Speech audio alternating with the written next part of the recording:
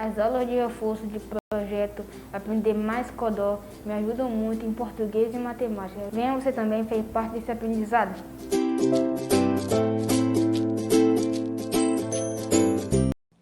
E aí, galerinha, tudo bem? Vocês estão preparados para mais uma aula de língua portuguesa do 5º ano? Pois é, nós estamos aí agora, estamos na reta final para fechar os últimos descritores que nós temos estudado desde o princípio aqui do projeto Aprender Mais, tá bom? E nós vamos hoje trabalhar mais 2, para na próxima aula a gente trabalhar os últimos 3, e aí a gente vai voltar fazendo toda aquela revisão super legal que vocês gostam, né? E a gente já vai para o nosso primeiro slide aí, para a gente começar a apresentar então para vocês esses 2 descritores que a gente hoje vai apresentar naquela mesma temática, né? A gente está aí ainda nessa via nova da tecnologia, onde nós estamos aí desbravando através desse projeto aqui, também através da internet, do nosso celular, do tablet, do computador, uma nova forma, né, de aprender. Vamos desbravar isso aí, vamos mergulhar profundamente. Não vamos deixar o negócio parado, tá bom? Vamos ler, vamos estudar, vamos procurar questões para responder. Eu sei que não é tão fácil, não tem sido fácil, mas a gente está correndo atrás do prejuízo para ganhar tempo, para que a gente possa estar preparado para a nossa prova SAEB, tá bom? Tá aí, os descritores estão na tela. Amplia para mim aqui. Estão na tela aqui os nossos descritores. A gente trabalhou esses descritores aí, né? Vocês estão vendo a temática que a gente trabalhou. A temática 3, que é justamente a temática a temática relacionada aos textos, né, que seria, no caso, então, a relação entre os textos, foi o D15, depois trabalhamos o D2 e o D7, com a temática 4, que seria a coerência e coesão no processamento de texto, e nós vamos continuar com ela hoje. Nós ainda estamos no processo de interação com essa questão da coesão, da coerência, que eu expliquei para vocês na aula passada. Inclusive, coloquei no quadro, né, para vocês terem uma noção de como é que a gente processa, como é que a gente trabalha com a coesão e com a coerência, né? Eu falei que a coerência, eu vou colocar novamente aqui, né? Eu acho que tá dando para ver o quadro, tá muito apagado. Vou pegar outro pincel aqui. Eu vou apagar. Coerência. Coerência é a questão, a ideia da lógica dentro do texto, né? A coesão. Coesão. A coesão, ela é o entendimento que você tem, né? Deixa eu ajeitar esse O aqui que tá feio. Que você tem dentro das linhas ou dos períodos, como que você entende a lógica da frase, né? Então, se na coerência você consegue compreender o texto como um todo, dentro da coesão, você vai entender a lógica dentro da interação das palavras. Nós vamos continuar isso hoje. Como eu falei nas aulas anteriores, a coerência, você vai precisar dos parágrafos, o primeiro parágrafo, o segundo parágrafo, o terceiro do texto, para você poder compreender. Dentro da coesão é diferente. Você vai ter que ter atenção dentro das palavras que estão na linha do texto, que seriam, então, no caso, eu vou colocar para vocês aqui, as preposições, os advérbios,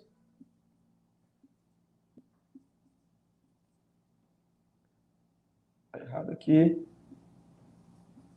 advérbios, os verbos e as conjunções. Muito bem.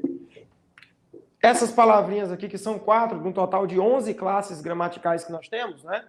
Seriam elas aí, além dessas aqui, nós teríamos ainda o artigo, o pronome, o numeral, o adjetivo, substantivo, certo? Eu já coloquei o verbo aqui, o advérbio, a conjunção, a preposição. Temos também as interjeições e as palavras denotativas. E se eu estiver falando muito rápido, você bota em slow motion, viu? É só reprisando. Que é para vocês terem noção de que quando eu falo do texto, o texto todo, estou falando de coerência. Quando eu falo de ligação, palavras de ligação, eu estou falando de coesão. A coesão também, que é interessante a gente entender, dentro dessa temática que nós estamos trabalhando aí, que é o processo de coesão e coerência, que seriam esses descritores aqui que vocês estão vendo aí na tela, que é o descritor D8, né? E o descritor D12, O primeiro é estabelecer uma relação de causa e consequência entre partes e elementos do texto. Inclusive, nas conjunções, nós temos uma das categorias lá das conjunções, as conjunções, no caso, adverbial, final, né? Tem a finalidade. Então, você tem a causal, que dá uma ideia de causa. Quando você pega uma conjunção que é causal, no caso, né? Aí você vai ter a ideia aquela ideia do recorte de que por causa de uma determinada coisa aconteceu outra, né? Então essa aí é a ideia de causa. Às vezes vamos imaginar aqui um exemplo bem próximo da gente. Eu saio na porta da minha casa e vejo a pista molhada, né? Aí a primeira coisa que vem na minha mente é se a pista está molhada é porque choveu, né? Você está vendo que tem uma causa aí. Eu vi aquela água ali, eu estou ali dizendo qual é a causa de ter aquela água ali. Né? Pode ter sido um carro-pipa também, que com o calor que está fazendo, a gente está para entrar em estado de ebulição. Sair do estado sólido para o estado gasoso. Né? Sublimação, melhor dizendo. Então, as conjunções, elas têm esse pormenor, de apresentar, então, aí a ideia de causa, principalmente as causais. A gente não vai trabalhar a conjunção agora, mas a gente vai buscar esse conhecimento aqui, esse entendimento dentro das linhas dos textos, para a gente ver como é que a gente lida com isso, tá bom? O D12 seria estabelecer relações lógicas discursivas. Opa, uma pausazinha aí, para a gente explicar essa palavra lógica. Deixa eu ajeitar esse meu G aqui. Pronto. Lógica, não é isso? Lógica, mas ele colocou outra palavra aí, né? Vou botar aqui com letra maiúscula. Discursiva. Olha aí. Lógica, né? A palavra lógica aqui, a gente trabalha a ideia da lógica dentro do fator do conhecimento de que você já sabe alguma coisa que já está dedutivelmente, ou dentro da sua cabeça, aquilo ali já é natural, já é normal de acontecer, né? Como, por exemplo, onde você coloca água para tomar? No copo. Aí você diz, olha, isso é lógico, né? Lógico. Pois é, a lógica quer dizer justamente isso, né? É aquele processo que a gente deduz naturalmente que já vem acontecendo ao longo de muitos anos. E discursiva, porque está dentro do discurso, né? O discurso é a fala. Então, quando a gente pensa na coesão e na coerência no descritor D12, como a gente viu agora há pouco, a gente está falando exatamente da lógica dentro do discurso, que seria então, a lógica, existem várias ramificações dela, eu creio que vocês vão aprender isso um pouquinho mais à frente. Você tem a lógica informal, você tem a lógica formal, e você tem também a lógica matemática, que vai trabalhar com símbolos, e vocês vão desenvolver, então, a capacidade de trabalhar com esses símbolos e com elementos de ligação, que vão ser esses elementos aqui, ó, só que simbolicamente, né? Você vai ter alguns elementos lá dentro desse sistema matemático. Mas voltando para cá, a lógica, eu até expliquei para vocês na aula passada, né? Quando eu digo assim, vou colocar uma frase aqui corriqueira, né? Vou, casa. Quando eu coloco essa frase aqui, vou, casa, né? Que é o sujeito aqui está oculto na primeira pessoa, ele está aqui, está oculto, é o eu, né? Coloca ele aqui pequeno. Eu. Só que ele não aparece aqui na minha frase, não. Só vou, casa. Aí você diz assim, mas esse texto, essa frase, ela não tem lógica. Pois é. Tá faltando, sabe o quê? Essa coisinha bem aqui, ó, que a gente chama de preposição. A preposição que eu poderia usar aqui, para ficar mais lógico, mais objetivo, mais fácil, seria a preposição para. Olha como ficou uma maravilha. Vou para casa. Tá vendo como faz todo sentido o uso de uma preposição dentro dessa questão da coesão? Porque é a coesão que vai apresentar para você, que vai apresentar dentro do entendimento da frase, a ligação que vai dar essa lógica da fala, tá vendo? E a gente usa isso aqui todo dia, não necessariamente para saber, né? A gente quase não sabe. Eu costumo dizer que a gente passa a saber quando a gente passa a usar, né? E aí, dentro dessa questão do uso direto das preposições, você vai entendendo que existem vários sentidos e é isso que a gente vai descobrir daqui a pouco. Eu poderia colocar aqui a semântica das preposições só por motivos técnicos, né? Para vocês poderem fazer uso no dia a dia. Vocês podem depois aí também pausar o vídeo, tá bom? Vocês podem pausar o vídeo e copiar isso aqui que eu vou botar e já eu vou para o texto com vocês, que é para vocês poderem... A lógica dentro dessas preposições é a lógica que apresenta para vocês o que vocês precisam saber dentro dessas relações. As palavras não são só falar, mas é falar e saber qual o sentido que você está falando, né? Só para você ter noção, dentro da semântica das preposições, assim como dos advérbios, que são assuntos que não caem agora aqui no 5º ano, mas eu gosto de falar. Eu sempre digo para meus alunos o seguinte: a questão, às vezes, que a gente falha por não ficar ouvindo uma coisa, né? Porque música a gente aprende porque a gente ouve uma vez, ouve 2 vezes, e não sei se você já se deparou com aquela situação em que você ouve uma música e tem palavras que você não consegue entender direito, né? E aí, com o passar do tempo, ouvindo várias vezes, quando você menos espera, aquela palavra vem e você diz: meu Deus, eu nunca imaginei que essa palavra aqui significava isso, né? Agora foi que eu peguei o entendimento dessa palavra. Basicamente isso. Eu acredito que a repetição é uma das maiores armas do aprendizado, né? Então, quando eu falo de semântica de preposição, que são muito parecidas com a semântica dos advérbios, e eu vou colocar aqui na tela já para vocês aí depois. Não, agora não, pode segurar aí. Na tela já para vocês aqui, que a gente vai trabalhar no texto, uma única preposição, ela tem vários sentidos, dependendo do lugar no texto que você vai usar. Então, semântica de preposição, você tem um monte. Eu vou listar aqui algumas, né? Sei lá, você tem lá de concessão, né?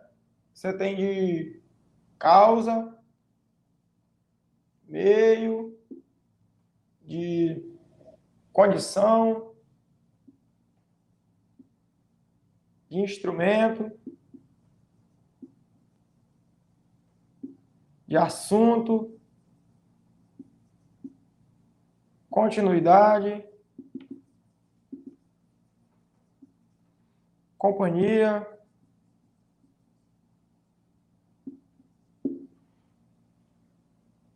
de preço, de referência, de ordem, de medida,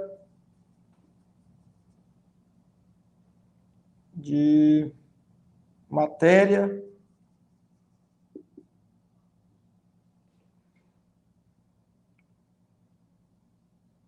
reciprocidade, vou apagar aqui, vou botar aqui do outro lado.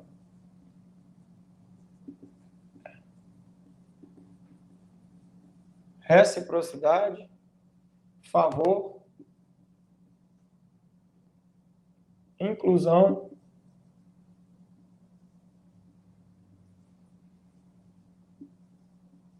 exclusão,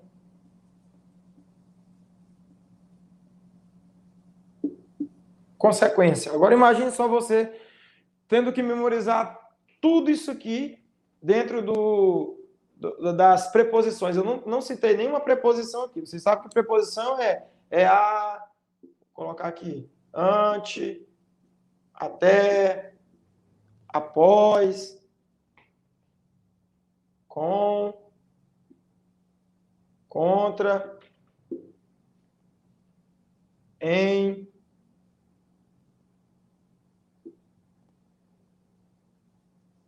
para, por, aqui, perante, o que mais? E o traz, certo? Isso aqui são as preposições mais comuns que nós vemos, né? E nós temos também as preposições que são acidentais, que acontece, ela é uma preposição acidentalmente. Agora vamos para a lógica, né? Qual a lógica que elas têm, certo? Por exemplo, eu posso ter uma lógica, eu posso pegar uma preposição aqui e dizer que ela é uma preposição de lugar. Por exemplo, o para pode ser uma preposição de lugar. Ele pode ser uma preposição também de, sei lá, de inclusão. Ele pode ser uma de consequência, pode ser uma de referência. A mesma preposição pode ter vários sentidos, ela pode alternar em vários sentidos, e isso aí é que vai fazer com que você entenda qual é a semântica dentro dessa ideia do descritor 12, que é de apontar para você como que você vai lidar com essa lógica dentro do texto. Então, você vai ver a preposição tá lá, bonitinha, mas o que ela quer dizer, né? Quando eu digo que por exemplo, eu ando pela rua, né? Ou eu ando pelo gramado, é o lugar que eu estou andando. Mas se eu disser que eu bebo pelo copo, por exemplo, a gente não usa muito a expressão, usa mais eu bebo ao copo, com o copo, eu bebo no copo. Você está vendo que é uma preposição, às vezes, de instrumento. Você está usando um instrumento ali, e aí você já tem uma outra semântica para essa preposição.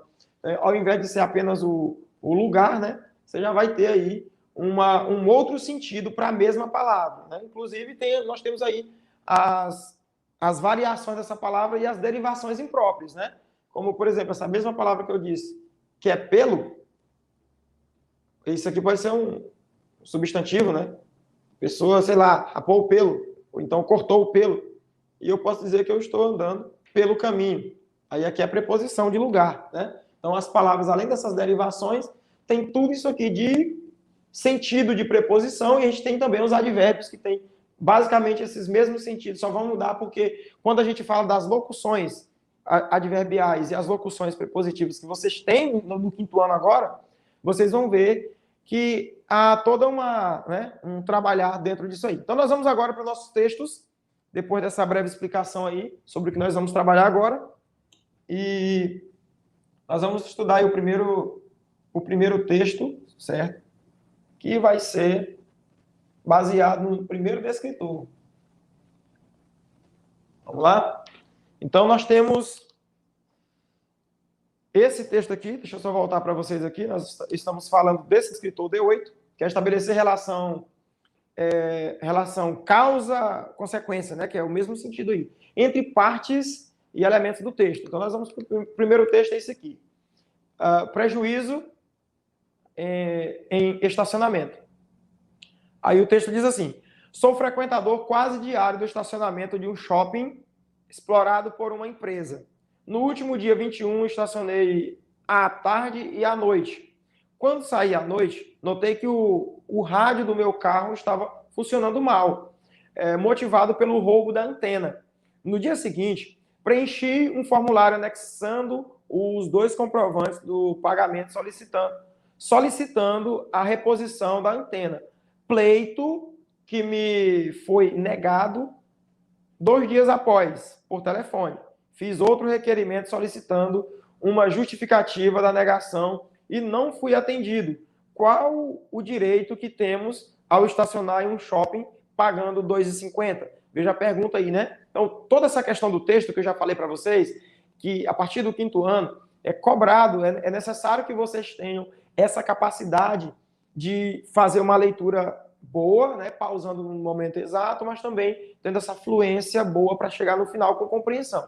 Porque a pergunta vem e ela vai se reportar ao texto. E lembre-se que eu disse, a pergunta ela pode ser uma pergunta relacionada à compreensão do texto ou então relacionada à interpretação. E quando a gente fala da compreensão, são os elementos que estão no texto. Do jeitinho que está lá, ele vai perguntar. Quando a interpretação, você vai encontrar elementos entre as linhas do texto, não necessariamente ali, como a gente diz, né? Na cara, vai estar um pouquinho mais oculto. Então, qual é a pergunta que ele faz aí? A pergunta dele é a seguinte: a palavra pleito no texto refere-se o quê?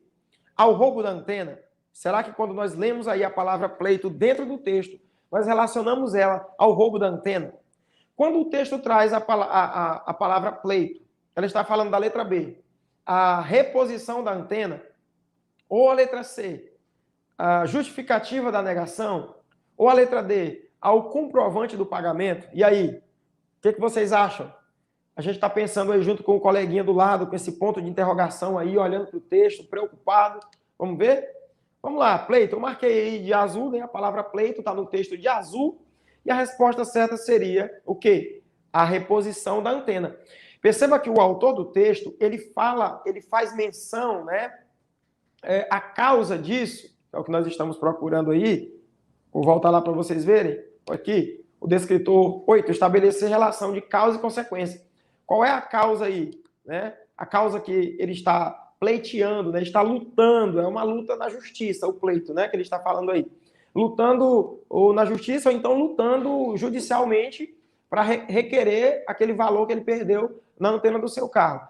Então, o que é que ele vai apresentar para nós? Ele vai apresentar, então, esse pleito como estando ligado à reposição da antena. Então, a reposição da antena é a consequência da causa que foi enviar o documento para a empresa requerendo o valor da antena ou a antena, né? Uma vez que a empresa era responsável por fazer a vigilância. Marque certo, marca a letra B de bola e nós vamos seguir em frente, tá bom? E se vocês erraram, acertaram, vocês podem colocar nos comentários aí, a gente vai estar acompanhando, tá bom?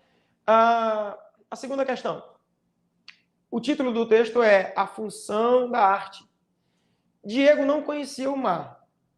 O pai, Santiago Kovadlov, eu acho que esse nome é meio russo, né? Levou-o para que descobrisse o mar. Viajaram para o sul. O mar estava do outro lado das dunas altas, esperando. Quando o menino e o pai, enfim, alcançaram aquelas alturas de areia, depois de muito caminhar, o mar estava na frente de seus olhos. E foi tanta a imensidão do mar e tanto fulgor que o menino ficou mudo de beleza. E quando finalmente conseguiu falar, tremendo, gaguejando, pediu ao pai, me ajuda a olhar, né? Ele exclamou aí, me ajuda a olhar. Aí a pergunta é simples. Olha o que ele diz na pergunta. O menino ficou tremendo, gaguejando. Por quê? Olha como que as questões se apresentam para nós. A viagem foi longa. Será? O texto relacionou em algum momento a causa ou a consequência baseada na distância que eles andaram? Vamos prestar atenção. Letra B. As dunas eram muito altas. E aí? Tem alguma consequência ou causa relacionada à altura das dunas? Outra pergunta interessante, né? A letra C. O mar era imenso e belo. E aí? A consequência está relacionada à letra C? Ou a letra D? O pai não o ajudou a ver o mar. Será que tem esse elemento aí dentro do texto? Qual seria então a nossa resposta? Está aí. Olha que maravilha. A letra C, né? Que está dizendo que fala sobre a imensidão que era...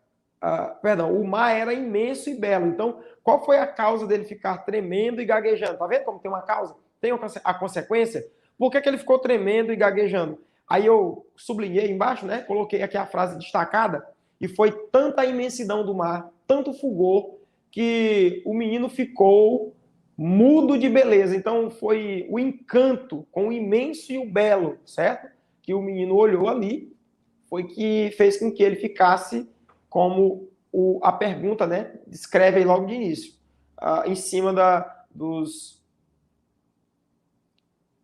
das alternativas A, B, C e D, tá bom? E nós marcamos acertadamente a questão C, que é o mar era imenso e belo. Você notou como está tudo ligado lá na questão do texto? Quando você fala de causa ou consequência, você está falando de um elemento ali no texto que levou ao acontecimento de outro, né? Então foi por causa disso que aconteceu isso. Isso aí é causa, isso aí é consequência.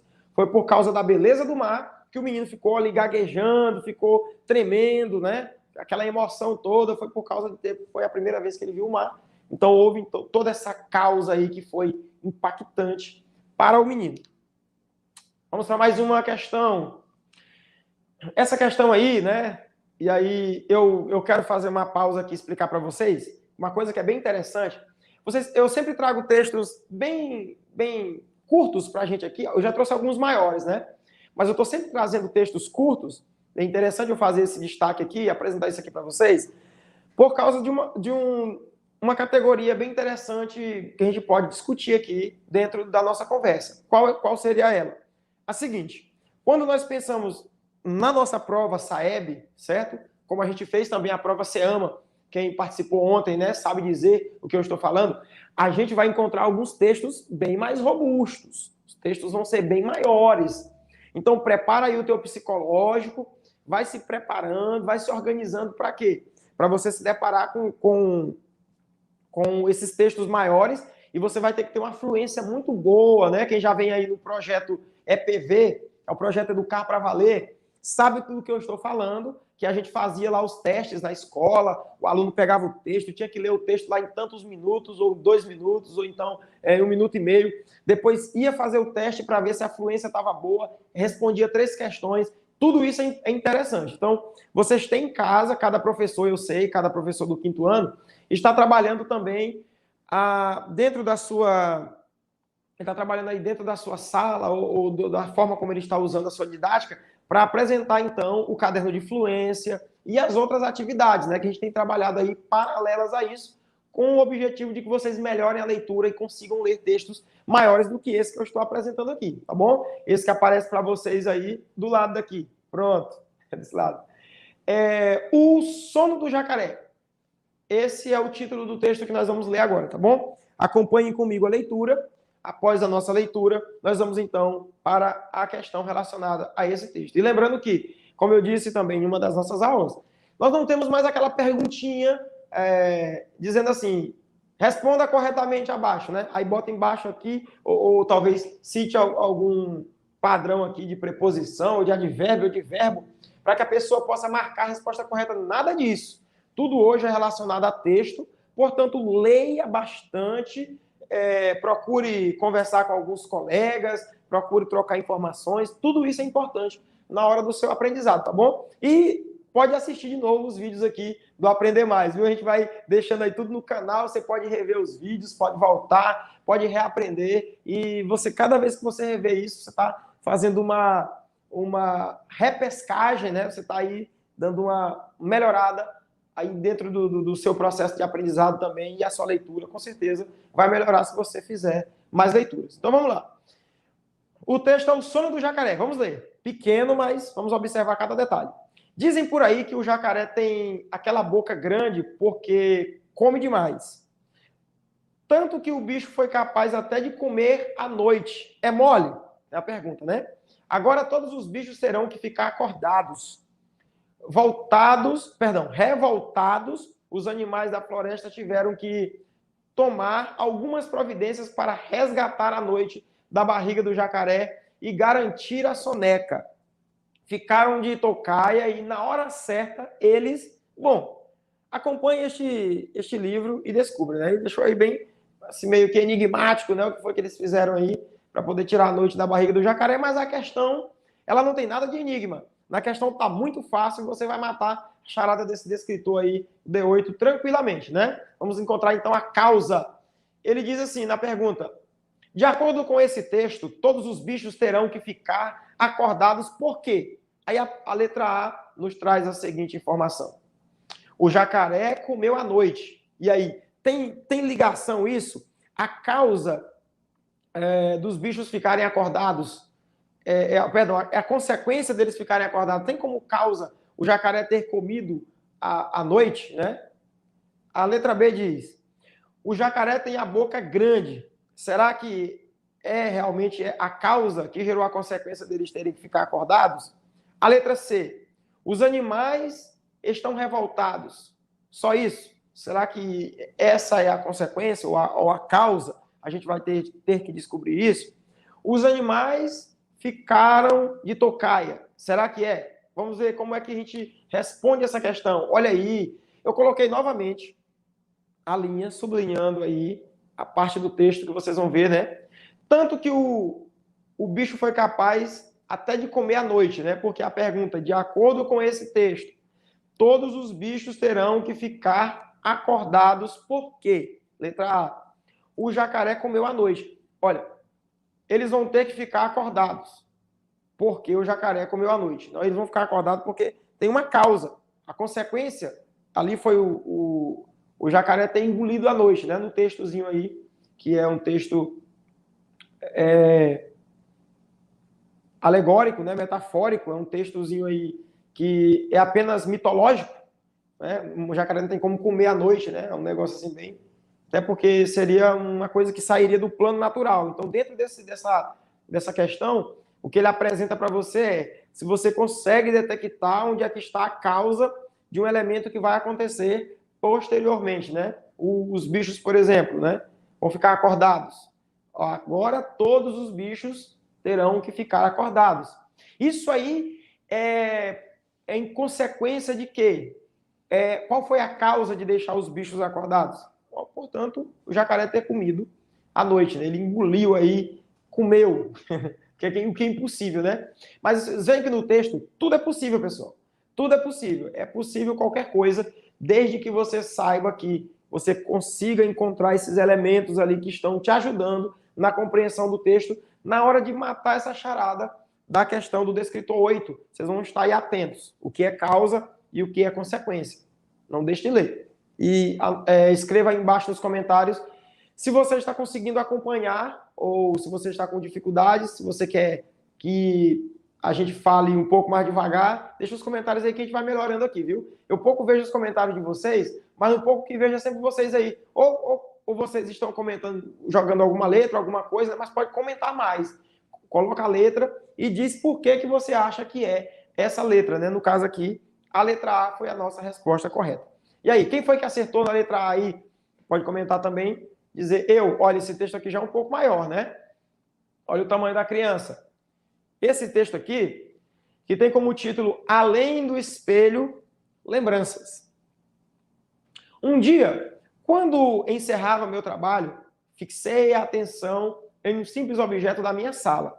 Caminhei paulatinamente, né, que significa bem devagar, ao seu encontro. E, à medida que me aproximava, sentia o meu ego explodir em sensações indescritíveis, né? Eu vou só trazer para vocês aqui essa informação dessa palavrinha que a gente usa muito, né? Essa palavra ego. Ego. Essa é uma palavrazinha de origem grega e ela significa lá no grego a palavra eu, certo? É de lá que vem, né? O eu. Então, o ego, né? Quando a pessoa fala egoísta, é a pessoa que coloca o seu eu no centro, o seu ego está inflado, ou seja, ele só pensa em si. Então, o ego é o eu, o egoísmo é o eu no centro, tá bom? Uma informação legal, né? Porque a gente usa tanto isso aqui, né? E a gente conhece todos os pronomes na língua portuguesa, desde pronome pessoal do caso reto, oblíquo, pronome de tratamento, pronome possessivo, pronome indefinido, pronome interrogativo, pronome demonstrativo e os relativos. Mas quando fala em alguns aí que são estrangeiros ou que são de outra língua, como é o caso dessa daqui, da língua grega, que é uma língua morta, o koiné, a gente às vezes tem dificuldade, né, de saber que palavra é essa, o ego, né? Por muito tempo eu me perguntava, a gente sempre falava, fulano de tal é egoísta, mas quando eu ia olhar, né, para a palavra ego, eu, meu Deus, o que significa essa palavra ego, né? Até que eu estudando lá alguns pronomes na língua grega, descobri, né, que assim como nós, eles têm também o eu, ego, su é o tu, auté é ele, altai, ela, rimeis, rumeis, eles e elas, tá bom? Basicamente isso. Então, continuando aqui, o texto onde a pessoa passava ali, sentiu aquela sensação, o ego, né? Ficou lá indescritível. Continuando, segundo parágrafo. Ali, diante dele, parei. Meu reflexo testemunhava as marcas do passado e trazia à tona as lembranças da infância e da adolescência. As imagens agora misturavam-se, comprometendo minha lucidez. Senti meu corpo flutuar e minha visão apagar-se, de forma que eu me concentrava em recordações apenas. Assim, momentos depois, revia meus irmãos e vizinhos correndo em volta da mesa, mamãe fazendo o jantar, papai lendo um jornal, os cães brincando no jardim e também meus amigos de colégio, antigos casos amorosos. Recuperei o bom senso por um instante, mas não durou mais que isso, pois, novamente, brotam outros pensamentos, o nascimento dos filhos e as ascensões profissionais. A ascensão profissional, desculpa. Minutos depois, tudo acabara. Diante de mim havia só um espelho, cujo reflexo já não era de um cenário fantasioso de minha mente. Bom, então nós temos aí uma pessoa descrevendo algumas coisas e parece que ela parou ali na frente do espelho, deu uma volta ali, né, no passado, fez uma regressão psicológica, começou a rever os momentos ali em que ela convivia no seio da família enquanto criança, né? Coisas desse tipo. Aí, como que a questão vai aparecer para nós? Lembrando que nós ainda estamos no descritor D8, né? O descritor 8.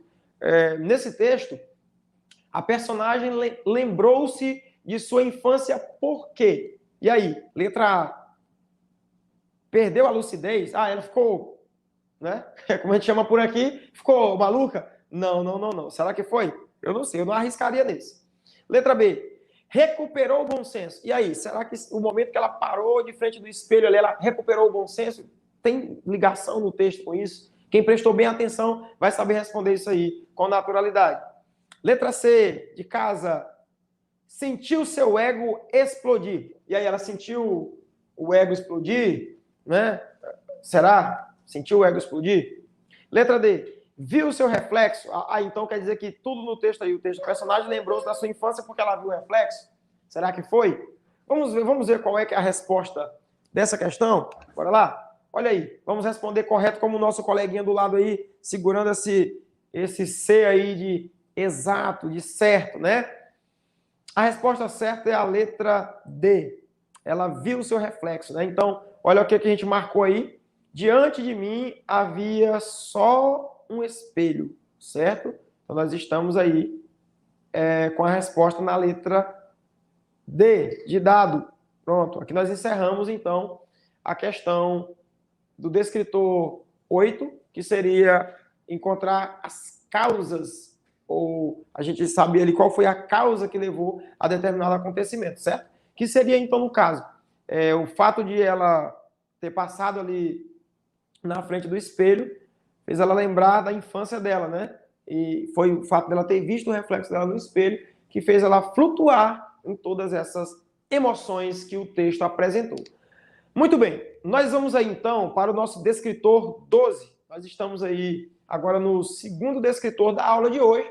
Nós trabalhamos esse primeiro aí, estabelecer relação, causa, consequência entre partes e elementos do texto, tá bom? Agora nós vamos para o D12, ou descritor 12, que esse aí nos ensina que nós temos que saber estabelecer relações lógico-discursiva. Lembra que eu coloquei aqui? Lógico-discursiva? Lógica, porque é aquela coisa que você disse. Tem lógica, né? E discursiva, dentro do discurso, né? Tá certo? Porque você pode ter lógica em outros lugares, né? Na matemática, você pode ter lógica, uma lógica ali, talvez na química, em elementos ali misturando. Isso aqui faz sentido misturar com esse, vai chegar nesse processo e tal. E no discurso. E na forma como você fala, né? O discurso é a fala. É como você apresenta, então, a sua fala no dia a dia. Na lógica, como eu disse, usamos, geralmente, a lógica informal. E o que é, então, a lógica informal? A lógica informal, ela trata dessa nossa conversação do dia a dia, onde você não precisa pensar em matemática, nem pensar em muita coisa para estabelecer algumas relações lógicas. Você simplesmente vai falando e vai montando suas ideias. Por exemplo, lembra lá daquela discussão que você teve com o seu primo, sei lá, com o seu irmão na sua casa, e aí você dizia para sua mãe, mas eu tenho razão, eu tinha razão, ele que estava errado, né? E por que você quer provar essa sua razão? Porque o seu discurso tem lógica para você. Ele tem sentido, a sua fala faz sentido para você naquele momento em que você está debatendo, está discutindo, e que aquela pessoa, ela tenta trazer, né, ali, ela tenta apresentar para você a razão dela e você a sua razão. Então você vai dizer, não, mas o teu discurso não tem lógica, o meu tem, né? Então é basicamente isso, que é saber estabelecer relação lógico-discursiva presente no texto, marcada por conjunções, eu coloquei aqui, né? Da agora a pouco, eu apaguei porque eu coloquei toda a semântica das preposições. Porém, dentro da semântica das preposições, a gente tem sentidos de uma forma. Dentro da semântica das conjunções, a gente tem outros sentidos, né? Eu vou elencar para vocês aqui, porque as conjunções, eu vou só apagar essa parte aqui, as conjunções, dentro das conjunções, nós temos muitos outros sentidos. Uma vez que ele apresentou aqui, ó, são marcadas por conjunções e também advérbios. Como eu já tinha falado das preposições, a gente tem as conjunções coordenadas, né? Vou botar aqui. Coordenadas, né? E nós temos as coordenadas, elas têm as aditivas, as adversativas, nós temos as alternativas,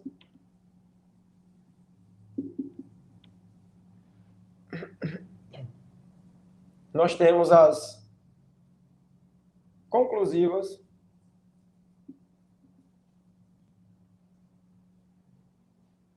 muito bem, e as explicativas.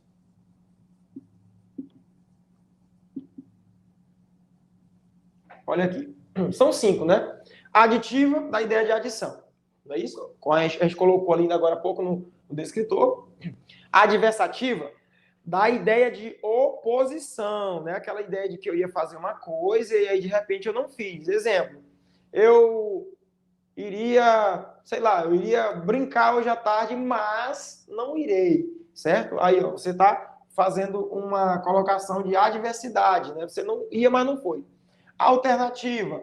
A alternativa dá a ideia de alternância, que é aquela ideia que você diz assim, ó, ou você fica, ou você vai, né? E tem muita gente que faz uso disso aqui na escrita de forma incorreta, né? O mais coerente é você usar sempre a mesma conjunção.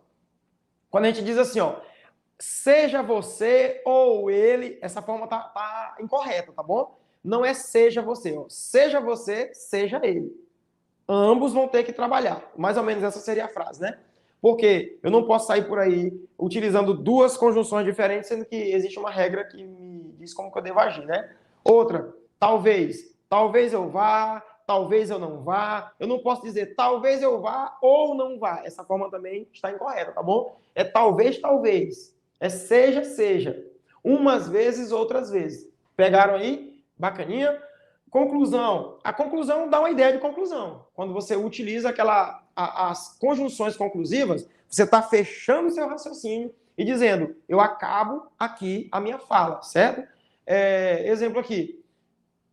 A aula está uma maravilha. Portanto, todos vão tirar notas boas. O portanto aí é uma conjunção conclusiva. E essa conjunção conclusiva, ela está encerrando o meu pensamento, né? Eu estou chegando ali no ponto que eu quero. Além do portanto, você tem o logo, assim, o então, dessarte, destarte, certo? Tudo conclusivo. Quanto mais vocês aprenderem conjunções, mais vocês vão chegar dentro conseguir compreender essas lógicas por trás da fala, tá bom? As explicativas você já sabe, né? É que quando você vai explicar alguma coisa, né? A própria palavra já é bem sugestiva. As conjunções explicativas. O que seria, então, explicar? Seria dizer alguns motivos, né? Do porquê, dos porquês, das causas do que vocês estão fazendo ali. Exemplo, eu vou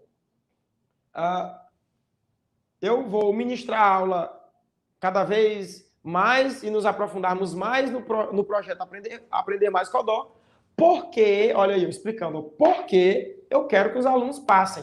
Esse é um conceito bem fácil de entender, da explicativa, porque você sabe que você vive de explicar as coisas o tempo todo, não é isso? Então, eu creio que vocês pegaram isso aqui. Tem muito mais, gente. Se a gente fosse parar para falar de semântica, né, você tem, nas conjunções, você ainda tem as integrantes, que é o que e o se, que eles vão ser usados mais nas orações subordinadas substantivas, subjetivas, predicativas, objetivas diretas, objetivas indiretas, completivas nominais e apositivas. E as adverbiais, que são inúmeras, né? Também, pelo menos aí umas 9. Causal, condicional, comparativa, conformativa, consecutiva, concessiva, final e proporcional. É um mundo de conjunções, só que lá no texto, quando você olhar para o texto, você vai ter noção de que aquela conjunção, conforme nós apresentamos aqui no descritor, né, o D12, você vai então apresentar, são marcadas pelas conjunções e pelos advérbios. Opa, coloquei também. Os advérbios são muito parecidos com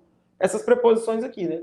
Você vai ter advérbio também de tempo, de causa, de meio, de assunto, de instrumento, de continuidade, de companhia, de matéria, de posse, oposição, lugar, origem, certo? Afirmação, negação, intensidade e modo.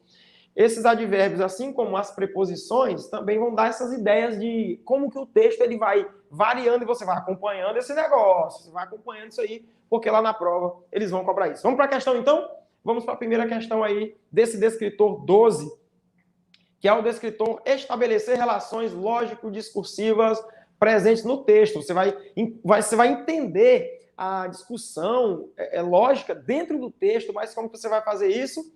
Você vai estabelecendo ali essas relações, né, vendo, notando que elas estão ali, marcadas principalmente nas conjunções, nos advérbios e, como eu disse também, né, as preposições elas fazem parte dessa estrutura aí também.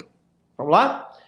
Então nós temos aí o nosso texto fala sobre cegonha míope, vê cara metade, choca-se com o painel publicitário da AFP em Varsóvia, Polônia. Uma cegonha míope que parecia estar desesperadamente à procura de um companheiro chocou-se em pleno voo com um grande painel publicitário onde figurava outra cegonha ferindo levemente uma das asas, informou nesta quinta-feira o jornal polonês Zycie. Você nem sei se é essa a pronúncia, eu estou lendo aqui como está em português.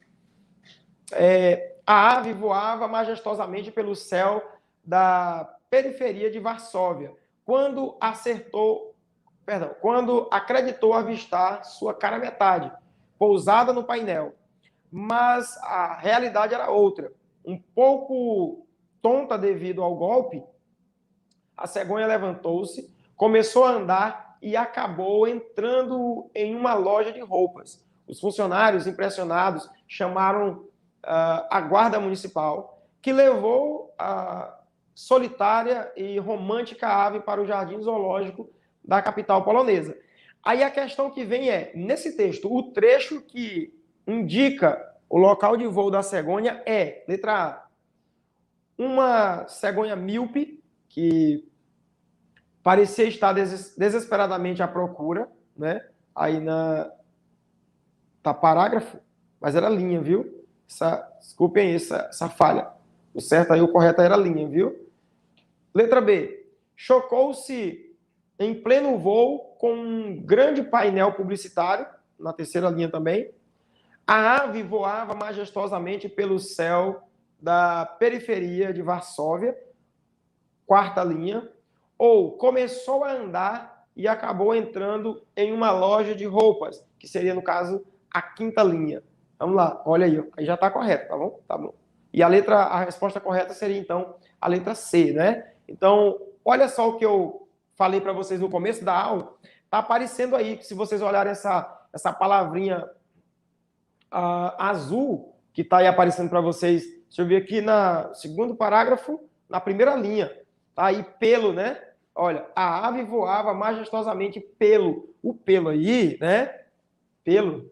Essa palavrinha aí, ó, pelo, certo? É uma preposição, certo? A preposição que dá a ideia de que lugar. Essa preposição aqui é de lugar. Qual era o lugar por onde a ave voava? Ela voava pelo céu, tá bom? Então, nesse texto, o trecho que indica o local do voo da cegonha é: a ave voava majestosamente pelo céu, certo? Que é a quarta linha aí do segundo parágrafo, é a primeira linha do segundo parágrafo na quarta linha do texto, certo? Então, eu acredito que ficou bem interessante, né? Eu destaquei ali em cima para vocês olharem aí como, no caso, a preposição ela faz com que apareça um efeito no texto, e é justamente isso que o descritor 12 fala, né? Que você vai encontrar e você vai estabelecer uma relação de sentido baseado na preposição ou na conjunção, viu? Então ele botou lá só conjunção e advérbio, né? E aí nós estamos trabalhando já com uma preposição aqui no texto. Muito bem. O título do próximo texto. Deixa eu só olhar aqui uma coisa aqui.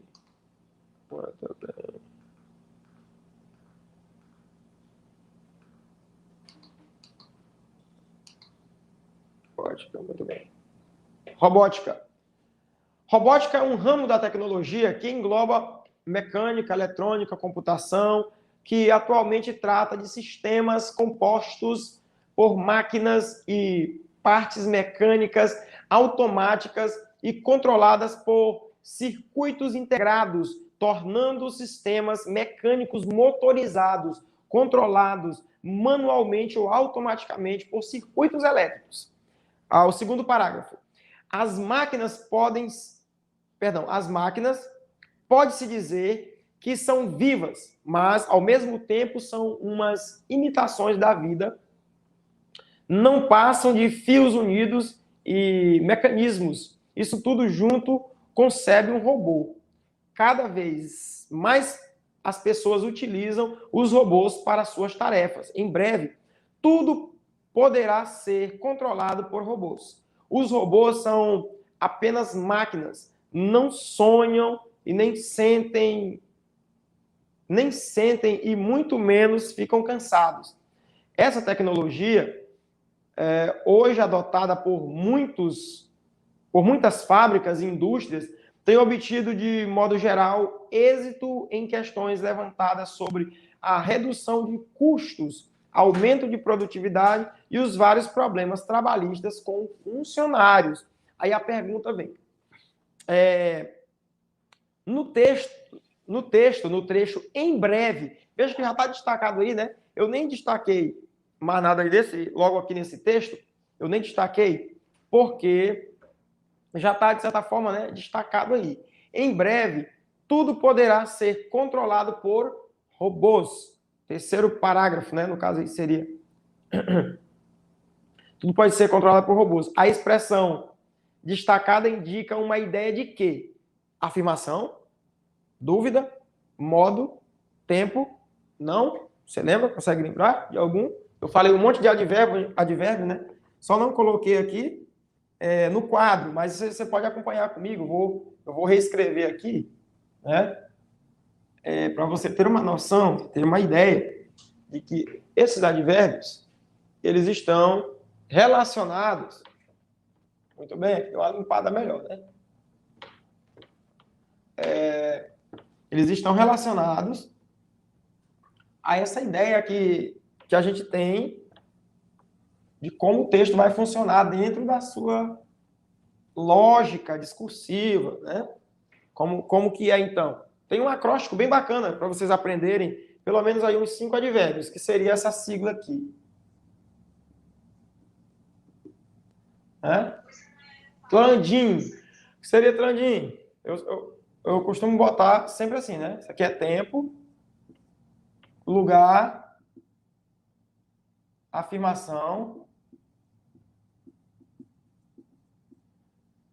negação,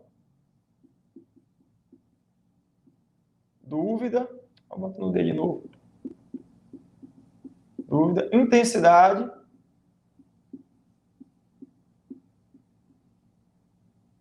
e modo, né? Tá bom? Olha que sigla, uma siglazinha bem fácil, ó. Você aprende isso aqui, tlandim, pronto. É quase como dizer din-din. E aí você já aprendeu pelo menos aí 1, 2, 3, 4, 5, 6, 7, a média de 18 a 19 semânticas diferentes aí do advérbio, né, que nós temos, que eu citei para vocês ainda agora, e que vocês podem aí estar aprendendo, criando acrósticos, criando siglas, criando sistemas mnemônicos ou mapas mentais. Você pode criar também depois aí, pesquisa no Google, alguma coisa relacionada à memorização de Palácio da Memória, né? Tem muita coisa boa para vocês aprenderem aí, memorizar e não esquecer nunca mais, tá bom? Então, quando você pega aí o advérbio, que eu quero que coloque na tela de novo aí, que é em breve, tá lá, né? Ó, vamos lá.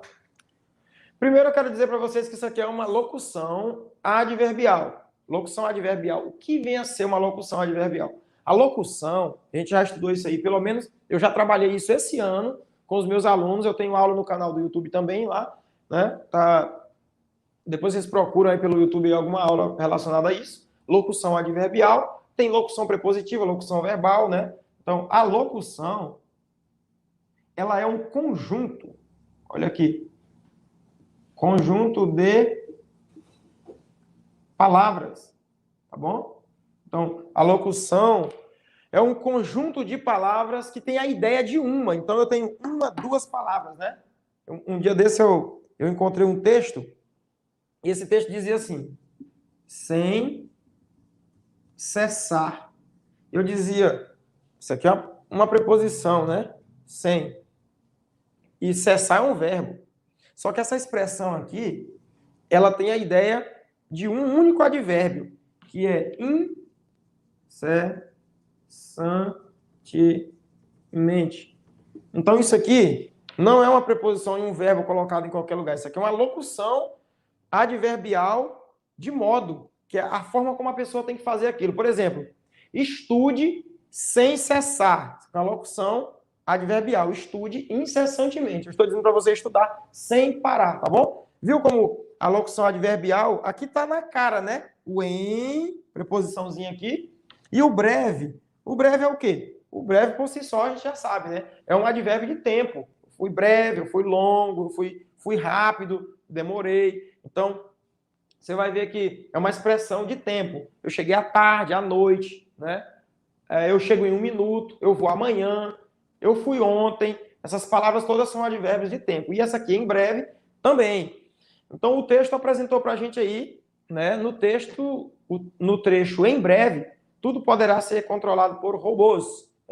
Você lê o texto, um monte de informação falando de que robô é isso, é aquilo, não é gente. De repente, o descritor vai te cobrar uma questão só dentro dessa estrutura aqui, cobrando para você aqui essa ideia, apenas isso. Saber que expressão é essa. Ela é uma expressão de afirmação? Não, a afirmação seria sim, certamente, indubitavelmente, com certeza. Dúvida, talvez, né? Você tem os advérbios de dúvida, são totalmente diferentes. Talvez, quiçá, quem dera, como as locuções completas de modo, né? Como eu disse para vocês, de modo, incessantemente, rapidamente, habilmente, relaxadamente, é o modo como a pessoa faz as coisas. E o tempo, né? Como eu disse agora há pouco, ontem, hoje, amanhã, agora, daqui a pouco, tudo isso é expressão de tempo. E o em breve é o quê? O em breve é a expressão de tempo. Tá aí a nossa resposta robótica, né? Tá aí a resposta do nosso texto, o robô. Então, mais um texto. A gente encerra com esse texto Showmicróbios. Deixa eu ver se é isso mesmo. Showmicróbios. O sabonete não quer saber. A gente pode até estar bem distraído, lavando as mãos, tomando banho, mas com o sabonete não tem distração. Ele entra na área e mostra quem manda no pedaço, deixando a pele limpa. E como a gente precisa dessa limpeza, enquanto a gente brinca e anda por aí, vai pegando em tanta coisa que as mãos acabam hospedando, sem querer, um monte de bichinhos muito pequenos, tão pequenos que são invisíveis os micróbios. Nem todos os micróbios são prejudiciais, mas alguns tipos, como as bactérias e os vírus, podem causar uma série de doenças. Esses são hóspedes muito indesejáveis. Para livrar a pele dos micróbios, a água sozinha não dá conta do recado. Por isso, é preciso usar sempre sabão ou sabonete para limpar as mãos, principalmente antes das refeições. Além de ajudar a retirar as sujeiras mais teimosas, como gordura e terra, o sabonete funciona como um verdadeiro desinfetante contra as bactérias. Se você for comer com as mãos sujas, pode estar engolindo, junto com a comida, certas bactérias que não foram convidadas. Ele faz essa onomatopeia aí, né, que é o barulho que a gente faz de eca, né? Mais ou menos isso. No trecho, a gente pode estar bem distraído. No primeiro parágrafo, a expressão destacada da ideia de causa, lugar, modo ou tempo? Aí, eu já falei para vocês, né, várias vezes aqui, eu não vou repetir de novo, eu falei isso, falei. E aí, qual seria a sua alternativa? A, B, C ou D? Vamos ver? Aí, gente, é de modo, né, bem distraído. A forma como você vai fazer as coisas, ou a forma como você pode comer alguma coisa, né? A gente pode estar bem distraído, lavando as mãos, é o modo como você está, né? Bem distraído, despreocupadamente, certo? E essa seria, então, a resposta correta. Trabalhamos hoje, então, o descritor 8, estabelecer relação de causa-consequência entre partes e elementos do texto, e o descritor 12, que foi estabelecer relações lógicas discursivas presentes no texto, marcadas por conjunções, advérbios, preposições, ele colocou aí, etc. Certo? Porque existem outros elementos que vão estar trabalhando isso aí com vocês, de forma que vocês possam estar desenvolvendo essa habilidade, vocês possam ter essa competência para marcar o descritor exato lá. Beleza? Chegamos aí ao fim de mais uma de nossas aulas. Eu quero aqui, antes de tudo, dizer para vocês que foi muito bom ter estado com vocês aqui. Isso aqui já é a nossa segunda aula, depois da nossa volta, né? Sábado passado a gente teve aí o nosso sábado letivo, mas nós estamos aí, estamos na força. Não deixem a gente aqui só. Vão aí curtindo. Quem ainda não é inscrito no canal da Semect, se inscreva. Vamos curtir aí os vídeos, vamos acompanhar os vídeos, vamos responder os questionários, vamos colocar a resposta aí embaixo, vamos participar da aula, vamos criar essa dinâmica, viu? A aula não é somente o professor, somos nós aqui e vocês aí sentadinhos do lado do seu aparelho, assistindo a aula com a gente. E nós somos aqui no Aprender Mais, ó, hashtag número 1. Subindo sempre, olha o gráfico. O gráfico não desce, é sempre subindo, viu? Então eu espero vocês na próxima aula. Fiquem todos com Deus, um forte abraço, vejo vocês lá. Tchau, tchau.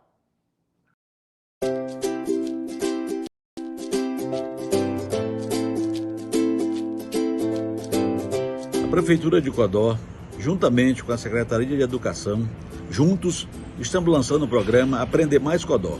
O que é esse programa? É um programa de aula de reforço aos sábados, através de lives, onde os alunos de Codó terão tirado as suas dúvidas e melhorado o seu perfil educacional.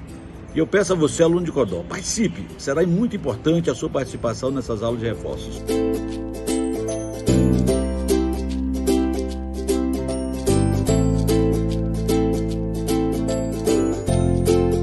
Buscando aperfeiçoar o processo ensino-aprendizagem em nossa cidade, a Semect, através da sua diretoria de ensino, criou o projeto Aprender Mais Codó. Ele está voltado para os alunos de 5º ao 9º ano que estarão preparados para fazer a prova do SAEB ao final do ano.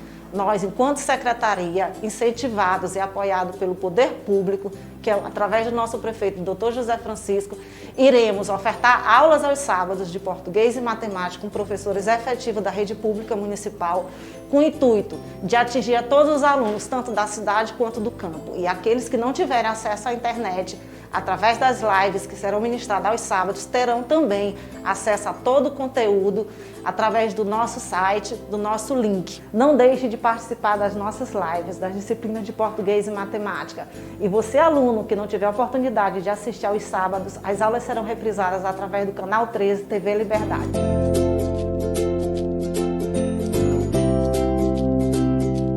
As aulas de reforço do projeto Aprender Mais Codó acontecerão todos os sábados, às 9 horas. E acontecerão através de 2 canais no YouTube. O canal Aprender Mais Codó 9º ano e o canal Aprender Mais Codó 5º ano. Então você, que é aluno do 5º ou 9º ano da Rede Pública Municipal de Codó, todo sábado tem um compromisso garantido com a Secretaria Municipal de Educação e com a sua escola, visto que sua participação e desempenho acarretará em pontuação em todas as disciplinas lá da sua escola, através do formulário de frequência que iremos disponibilizar todas as aulas no chat. Ah, e lembrando, toda a equipe da Semect está empenhada em fazer com que o projeto aconteça da melhor forma possível. Então, enquanto você, aluno da Rede Pública Municipal, estiver assistindo às lives de reforço, Todas as diretorias, coordenações e professores estarão aqui da SEMEC-T controlando, prestando suporte técnico a todos os professores que estarão lecionando aqui nesse estúdio e a você que está aí de casa. Então não perca nenhuma aula do projeto Aprender Mais Codó, porque em todas as aulas teremos premiações. Venha você também fazer parte dessa equipe que aprende mais a cada dia.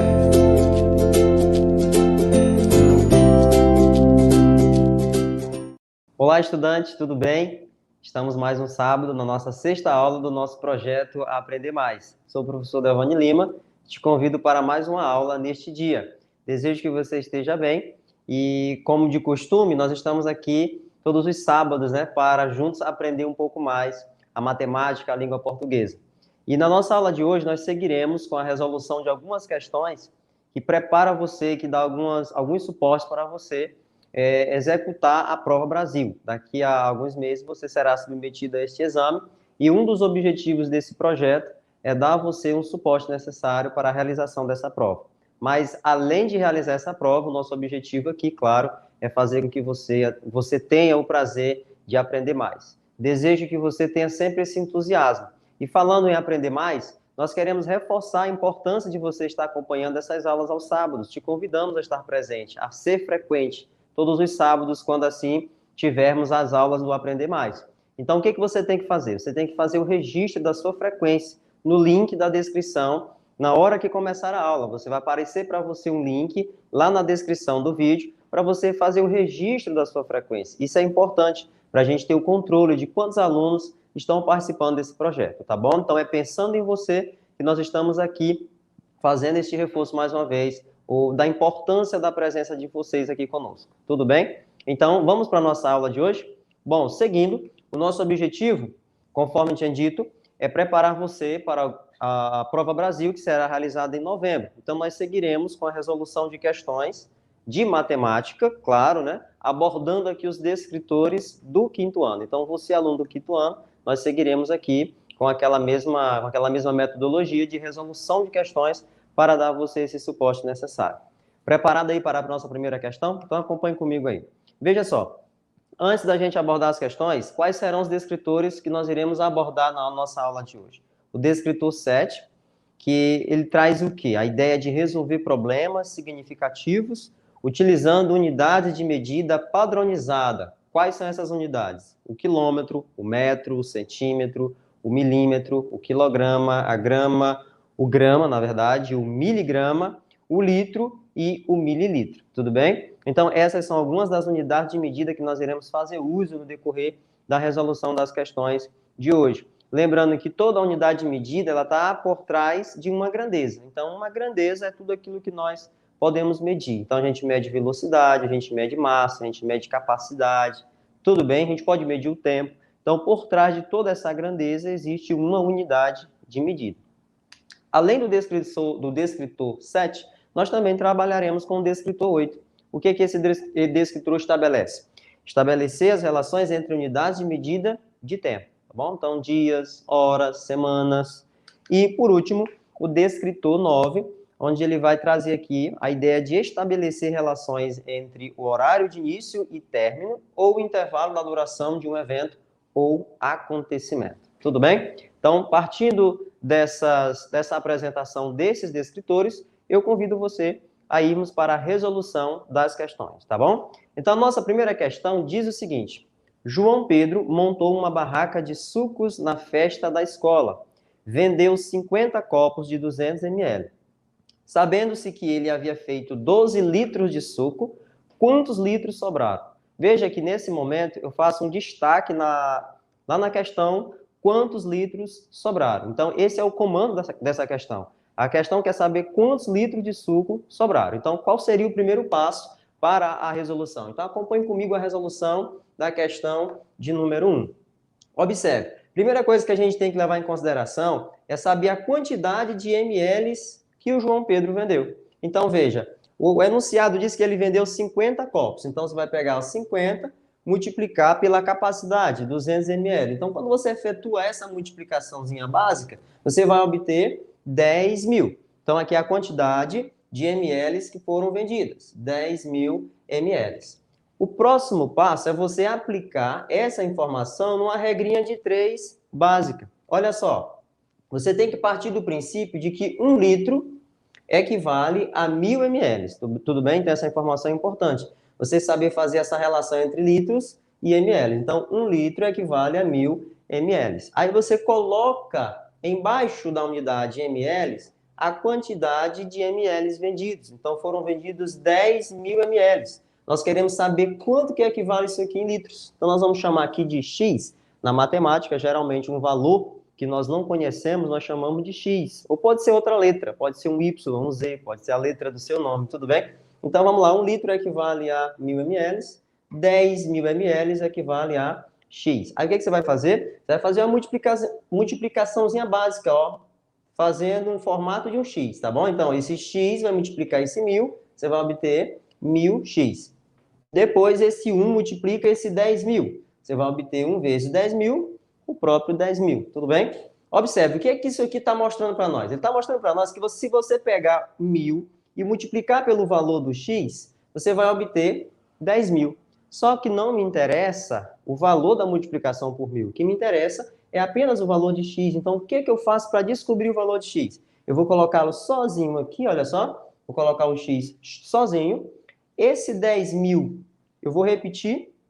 E esse 1000 eu vou trazer para cá, como ele está multiplicando, eu vou trazer ele dividido. Então, 10 mil dividido por 1000. Aí você utiliza aqui um artifício na matemática, olha só. Você tem 3 zeros embaixo e 4 zeros em cima. Então, você vai fazer o quê? Ó, você cancela 3 zeros em cima, 3 zeros embaixo. Fica 10 dividido por 1. Então, no total, você obtém, olha só, x é igual a 10 litros. O que essa informação está dizendo para nós? Ela está dizendo a quantidade de litros vendidos. Olha só, no enunciado, o João, ele efetuou aí, né, ele fez 12 litros de suco. Então, você vai pegar 12 menos o total de litros vendidos. 10 litros foram a quantidade que ele conseguiu vender. Então, fazendo essa subtração, você vai obter 2 litros. Então, desse modo, o gabarito para essa questão seria 2 litros. Percebam a sequência na hora da resolução, tá bom? Então, é muito importante você ficar atento qual será a sequência que você deverá tomar ou iniciar para poder resolver as questões, tudo bem?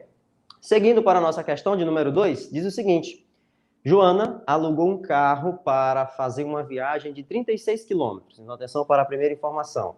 A distância dessa viagem é 36 quilômetros. Sabendo que o carro percorre 12 quilômetros com 1 litro de gasolina, e que o litro custa R$ 2,20. Já pensou se esse fosse o valor atual?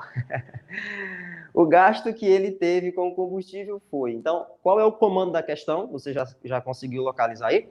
De acordo com a questão, eu destaco aí o comando. Olha só, o gasto que ela teve com o combustível. Então, a questão está querendo que você descubra qual foi o gasto que a Joana teve aí com o combustível ao fazer essa viagem, certinho? Então, qual será o primeiro passo? Observe a resolução da questão de número 2.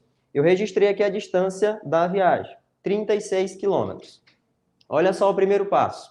Eu considerei que, de acordo com o enunciado, 1 litro de combustível, ela consegue percorrer uma distância de 12 quilômetros, tá bom? O total da distância é 36, o total da viagem. Então, você vai pegar esse 36 quilômetros e colocar embaixo do 12.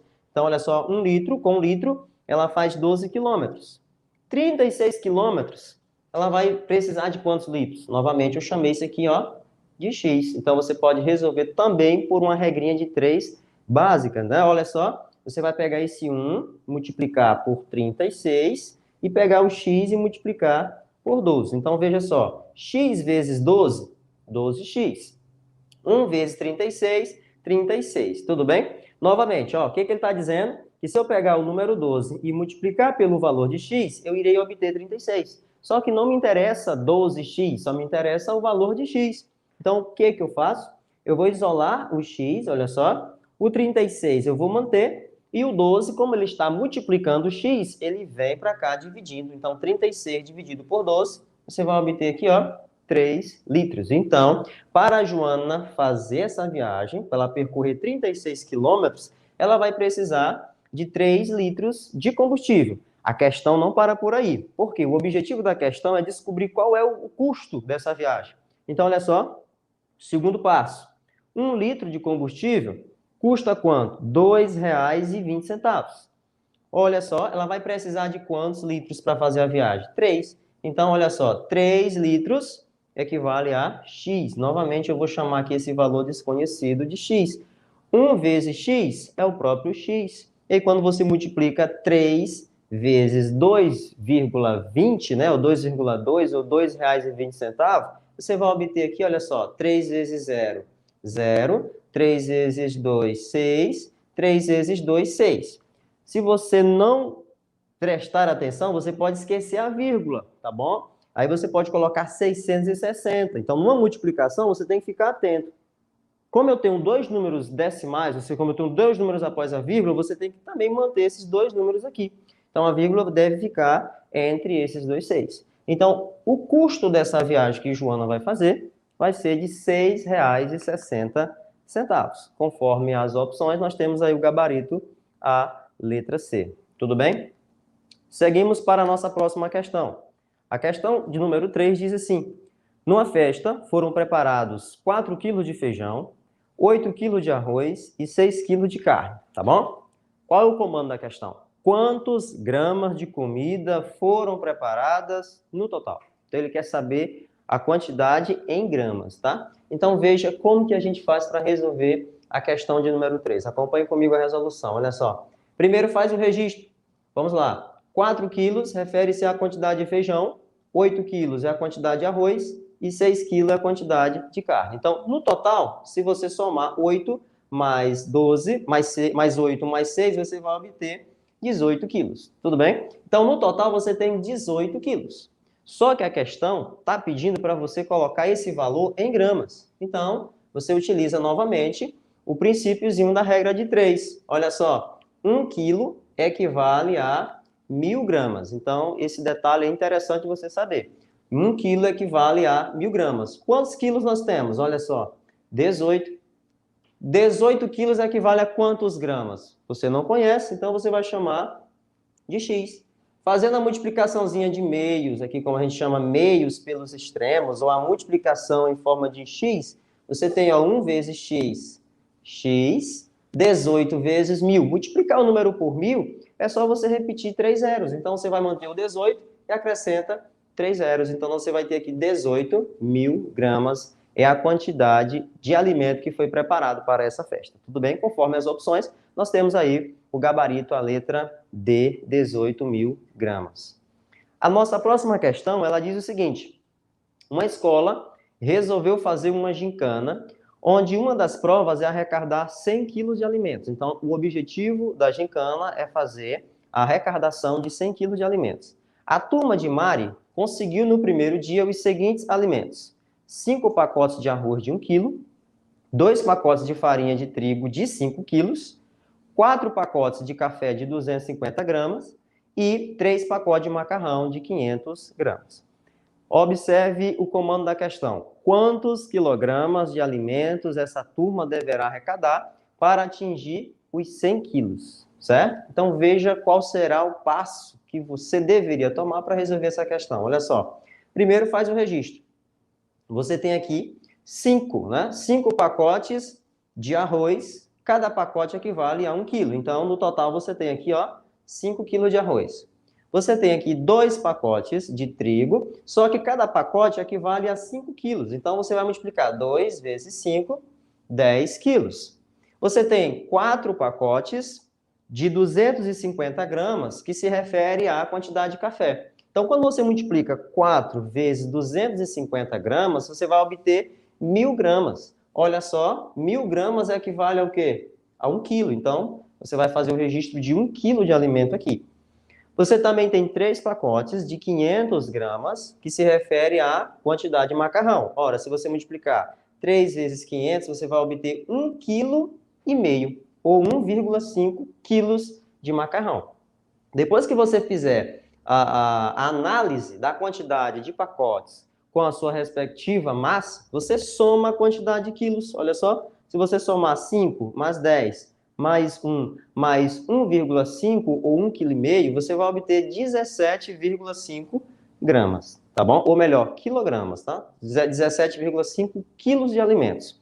A questão não para por aí. Você deve continuar. Ou seja, olhando o enunciado, você vai ver que o objetivo da gincana é alcançar 100 quilos de alimentos, tá bom? Então, o objetivo dessa gincana é arrecadar 100 quilos de alimento. E o que ele está querendo? Quantos quilogramas de alimento essa turma deverá arrecadar para atingir os 100 quilos? Então, você vai fazer uma subtração. 100 menos 17,5. Você tem aqui um número inteiro sendo subtraído de um número decimal. O que é um número decimal, professor? É um número que aparece uma vírgulazinha aí. Toda vez que aparecer uma vírgula, você vai considerar esse número decimal. E na matemática, ela tem alguns macetes, né? Então, às vezes, o aluno olhando para o minuendo, que é esse númerozinho de cima, quando ele aparece um zero, o aluno tem dificuldade. Mas tem um artifíciozinho interessante para você, ó. Você vai fazer o seguinte, para você tirar esses zeros daqui, você subtrai uma unidade. Então, você tem aqui 100 menos 1, você vai obter 99. É isso? Então, você tirou 1 do minuendo. Então, você deve tirar 1 também do subtraendo. Então, você tira 1 daqui. 17,5 menos 1, você vai obter 16,5. Tá bom? Então, agora você pode fazer a continha. 99 menos 16,5. Olha só, como apareceu o número decimal aqui, você também tem que considerar essa vírgula no minuendo. Então, você vai colocar uma vírgula aqui e acrescentar um zero. Tudo bem? Fazer a continha normalmente. Então, não tem como você tirar 5 de zero. Então, o que você tem que fazer? Você tem que pegar aqui o famoso empréstimo, né? Pega o empréstimo do algarismo da esquerda. Então, aqui vai ficar 8 e aqui vai ficar 10. Então, 10 menos 5, 5. 8 menos 6, 2. 9 menos 1, 8. Mantendo a vírgula, você vai aí obter o número 82,5. Então, de acordo com as opções, o nosso gabarito seria a nossa letra C. 82 quilos e 500 gramas. Observe, 82,5. Esse 5 se refere a 500 gramas. Tudo bem? Então, essa é a resolução para a nossa questão de número 4. Vamos para a nossa próxima questão. A questão de número 5, ela tem o seguinte enunciado. Caio percorreu 3.000 metros de bicicleta em 30 minutos. Olha só o comando da questão.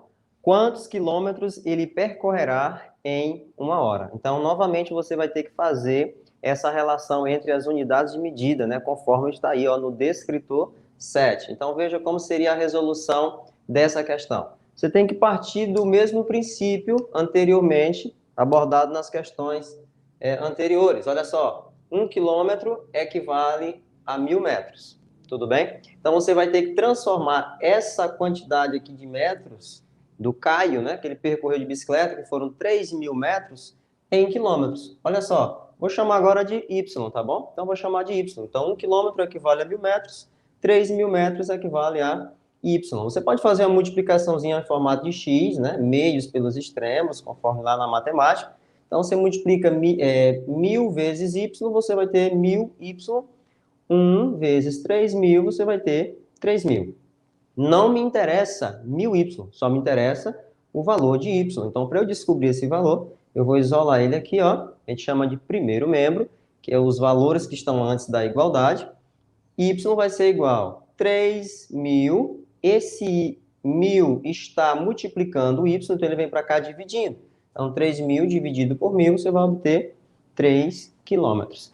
Isso é a quantidade de quilômetros que ele percorre em 30 minutos. Tá bom? A questão ainda não terminou.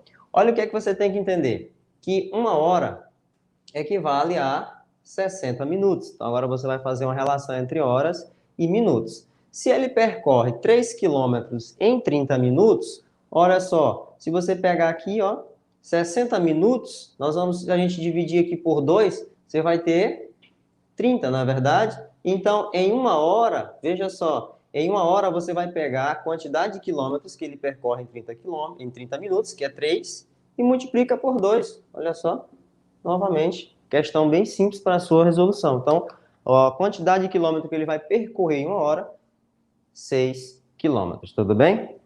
A nossa questão de número 6 diz assim, a distância da casa de André Não é o professor de língua portuguesa, não, tá? É outro André. Até a escola é de 1.200 metros. Quantos quilômetros André percorre em um dia para ir e voltar da escola? Então, novamente, essa questão ela vai pedir para que você faça a relação entre as unidades de medida. Então, a resolução da questão 6 seria da seguinte forma, olha só. A distância da casa do André até a escola é de 1.200 metros, tá? Veja que o comando da questão está querendo saber a distância, né? Ou seja, quantos quilômetros e não metros o André percorre em um dia para ir e para voltar da escola até a sua casa. Então, olha só, da casa dele até a escola são 1.200 metros. Então, você vai fazer da seguinte forma, novamente, fazendo a relação entre quilômetros e metros. 1 quilômetro equivale a 1.000 metros. Aí, como você tem 1.200 metros, então você coloca unidade embaixo de unidade. Então, você quer metros, 1.200 metros deve ficar embaixo do 1.000, tudo bem? Então, 1.200 metros equivale a, vou chamar esse valor novamente, de y, esse valor desconhecido. Multiplica 1.000 vezes y, você vai ter 1.000y. E 1 vezes 1.200, 1.200. Não interessa pra gente 1.000y, só nos interessa o valor de y. Então, o que você tem que fazer? Você vai ter que repetir o 1.200 dividido por 1.000. Então, você vai obter aqui 1,2 quilômetros. É importante você entender qual é a leitura disso aqui, qual é a ideia que ele está passando para a gente. A ideia que ele está passando é que nós temos 1 quilômetro e esse 2 aqui equivale à quantidade de metros. Não é 2 metros, não é 20 metros, mas sim 200 metros. Então, você tem 1 quilômetro e 200 metros. Tudo bem? Só que a questão está querendo saber qual é a distância em quilômetro para ele ir e para ele voltar. Então, na ida, ele vai percorrer 1,2 quilômetros para ir até a escola. Chegou à escola, teve o expediente normal, ele tem que retornar. Então, ele volta para casa mais 1,2 quilômetros. No total, é só você fazer a soma 1,2 com 1,2. 2 mais 2, 4. 1 mais 1, 2. Então, no total, ele vai percorrer 2,4 quilômetros, conforme aí o gabarito, a letra B. Tudo bem? A nossa próxima questão, a questão 7, diz o seguinte. Papai viaja muito. Seu pai viaja muito, né? A última viagem durou 63 dias. Esse tempo é o mesmo que, vamos ler as alternativas, 8 semanas e 3 dias, 9 semanas, 10 semanas, 12 semanas e 3 dias. Então, veja que agora ele traz para nós aí o descritor 8, a ideia de estabelecer relações entre unidades de medida de tempo. Quais são as unidades que apareceram aí? A unidade de dias e semanas. Então, nós iremos fazer uma relação entre semana e dias. Como? Uma semana equivale, olha só, a 7 dias. A viagem do papai aí, ó, durou 63 dias. Então, 63 dias equivale a o quê? A quantas semanas? Eu não sei, nós vamos descobrir. Vamos chamar esse valor de y. Novamente, regrinha de 3 básica, ó, meio pelos extremos. Você tem 7 vezes y, 7y, 1 vezes 63, 63. Novamente, não estamos interessados no valor de 7y, só nos interessa o valor de y. Então, para isso, você vai repetir o 63 e trazer esse 7 para cá, dividindo. Tudo bem? Então, 63 dividido por 7, qual é o número que você multiplica por 7 que dá 63? Esse número é o número 9. Tudo bem, galerinha? Então, nesse caso, essa viagem durou 9 semanas, certo? A nossa questão de número 8. Veja o que diz a nossa questão de número 8. Carlos trabalha em uma empresa onde os funcionários possuem horário semanal. Sabendo que no período da manhã ele deve cumprir 3 horas e 30 minutos de trabalho, então olha só essa informação, ele deve cumprir esse total de horas aí, 3 horas e 30 minutos. Qual será o horário de saída para o almoço, de acordo com a tabela a seguir? Então a tabelinha está aí no período da manhã, a entrada às 8h30, e a saída, observe que tem um ponto de interrogação. Nós vamos ter que descobrir qual é o horário da saída à tarde. A entrada às 13 horas e 30 minutos e a saída às 18 horas. Essa questão, ela traz aí como a ideia de você descobrir o intervalo de um acontecimento e outro. Então, como que você vai resolver essa questão? Olha só a resolução dela aqui no quadro. Eu coloquei aqui, ó, 8h30, que é o horário de início. Tudo bem? Então, atenção para o horário de início. Então, ele inicia às 8h30. Estendendo-se esse horário até as 9h30, 9 horas e 30 minutos, passou-se 1 hora, correto? Olha só, de 9h30 até 10h30, mais 1 hora. Então, aqui já foram 2 horas. De 10h30 até 11h30, mais 1 hora. Então, 1, 2, 3 horas. Veja que pelo enunciado, a ideia era lá que o horário de trabalho tinha que ser 3h30. Então, daqui para cá só está faltando mais 30 minutos. Então, olha só o horário, 11h30, mais 30 minutos, meio-dia, tá ok? 12 horas. Então, nesse caso, o gabarito para essa questão seria a letra C, 12 horas, tá bom? Como seria a resolução da questão de número 9? Então, de acordo com o enunciado, se a Márcia vai viajar 6,5 horas por dia, né, ele quer saber qual será a quantidade de horas que ela vai precisar ou percorrer durante 5 dias. Então, você vai fazer novamente uma regrinha de 3 básica, olha só. Por dia, ela percorre 6,5 horas, tudo bem? Então, em 5 dias, ela vai percorrer quanto? Vamos chamar novamente de x. Fazendo aqui a multiplicaçãozinha meio pelos extremos, você vai ter o quê? Ó? X vezes 1, x. 6,5 vezes 5, que é a quantidade de dias pela quantidade de horas, tá? Então, fazendo aqui a resolução, ó, 5 vezes 5, 25, vai 2, 5 vezes 6 dá 30, com 2, 32. Então, olha só, se ela viajar durante 5 dias, ela vai percorrer no total de 32 horas,5. Então, 32,5 horas, ou seja, 32 horas e meia. Essa meia hora aqui, ó, 30 minutos, tá bom? É sempre bom você fazer essa resolução, essa associação. Observe que na opção não aparece o 0,5, então você tem que estar atento. Esse 0,5 aqui se refere a meia hora, tudo bem? Então, 32 horas e 30 minutos, ou meia hora, tá bom? Questão de número 10, turma. Acompanhe comigo aí enunciado. Uma partida de futebol demora 1h30. Então, atenção para essa informação. Estamos a 15 minutos do final da partida. O comando da questão diz: quantos minutos de jogo já se passaram? Então, de que maneira você irá resolver essa questão? Novamente, o princípio de você fazer relação entre as unidades de medida.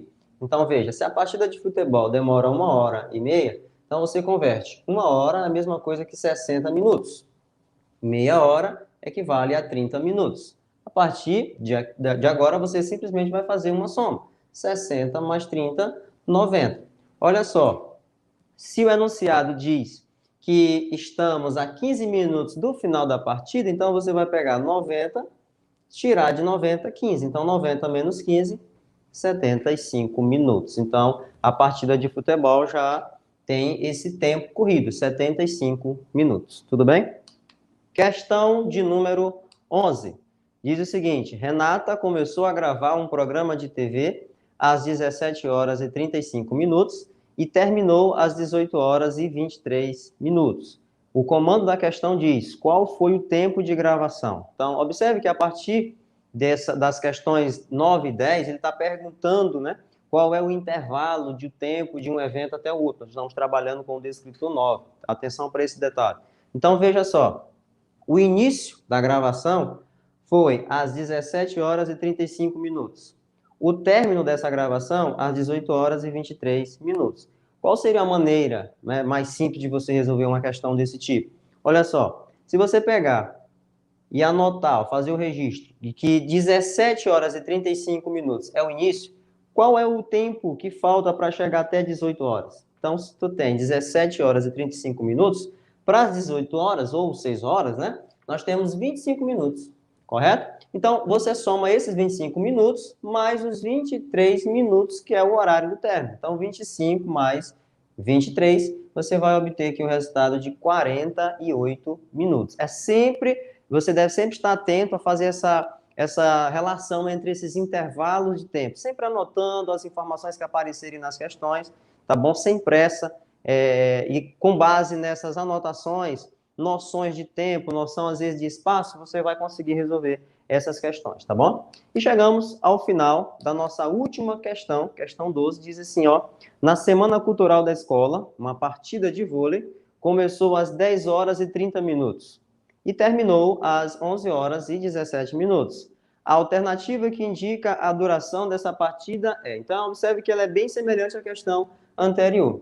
Então, olha só, o início da partida foi às 10h30, às 10h30, e ela estendeu-se até às 11h17. Novamente, ó, de 10h30 para 11 horas, faltam quantos minutos? Ó, 10h30 para 11 horas, faltam 30 minutos. Se você pegar esses 30 minutos e somar com o 17 minutos, que é o horário que terminou a partida de vôlei, você vai obter 47, conforme o gabarito aí da questão, a letra B. Então, essas questões de hoje, elas serviram para que nós pudéssemos ter o contato de algumas questões que podem aparecer em alguns exames, como a Prova Brasil, onde ela vai trazer aqui a relação entre as unidades de medida. Então, atentem-se para essas questões. Veja que, no decorrer da resolução, apareceu muito regrinha de 3, tá bom? Então, é uma das possibilidades de resolução dessas questões. Eu espero que vocês tenham entendido, eu espero que vocês tenham compreendido a resolução de todas as questões. Qualquer coisa vocês fazem aí, assistindo novamente essa live aí, vai sempre estar disponível para vocês, tá bom? Vamos para o nosso sorteio, né? Nós temos agora o nosso sorteio para os nossos alunos que estiveram presentes lá na nossa aula anterior, tudo bem? Então, é mais uma maneira da gente incentivar você a estar aqui conosco aos sábados, né? Afinal de contas, a sua presença aqui é importante, a sua presença aqui é fundamental para o andamento desse trabalho. Então, quem será o aluno ou aluna que vai ser aí premiado com um dos brindes do projeto Aprender Mais? Então, vamos lá para o primeiro nome que aparece. Olha só, são os 2 alunos. Na verdade, dessa vez vai ser um aluno e uma aluna. Quem são eles? Primeiro, a Ingrid Maiane da Silva Brito, lá da Unidade Escolar Nossa Senhora das Graças. Então, você foi aí a sorteada de hoje, tá bom? E juntamente com o Rian Vitor Ximenes Santos, da Unidade Integrada Municipal Evangélica Estevão Ângelo de Souza. Então, você aí que teve o seu nome aí sorteado, você deve aparecer aqui na Secretaria de Educação, na SEMECTI, para você receber esses prêmios aí. Prêmios bem legais, camisetas, garrafas com água, cadernos, livros, tá bom? Então, parabéns para você que foi aí o sorteado, a sorteada. E no próximo sábado nós vamos ter os sorteados dos que estiveram hoje assistindo aí a nossa aula do projeto Aprender Mais. Tudo de bom para vocês e até a próxima. Sou Vivian, aluna do 5º ano, e participo das aulas de reforço do projeto Aprender Mais Codó. Venha você também!